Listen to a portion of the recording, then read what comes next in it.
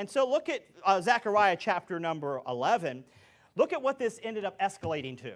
Okay, look at verse number 8.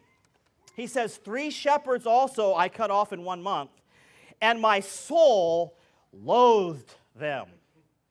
Now, this is God describing those that don't want the rod, that don't want the staff, they don't want it. He says, my soul, to those shepherds, loathed them.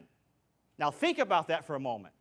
Now, put that in the 21st century, put that in the times of Revival Baptist Church, and every once in a while we'll get up and some preachers in our circle and like faith, they'll get out and they'll expose a false prophet.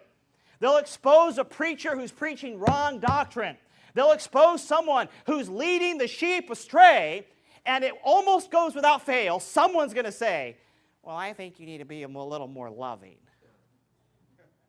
Well, what does God say about the false shepherds? He says, my soul loathed them. Now watch what it says. And their soul also what? It's mutual. It's mutual. They don't want God. Now, they may say they believe in God. They may say they follow the shepherd. But here's how you know if they want God, if they receive His Word. But that was the litmus test when Jesus was alive on earth. He said, look, if you had the Father, you'd have received me. But you have not the Father, therefore you hear not my words. And so if you go to someone who's teaching bad doctrine, who's teaching lies, and you show them in the Bible, and they disregard that, I don't believe that, we got a problem. Because they hate God. What does that mean about God to them? God loathes them. What's another word for loathe? Hates. Hates. So we see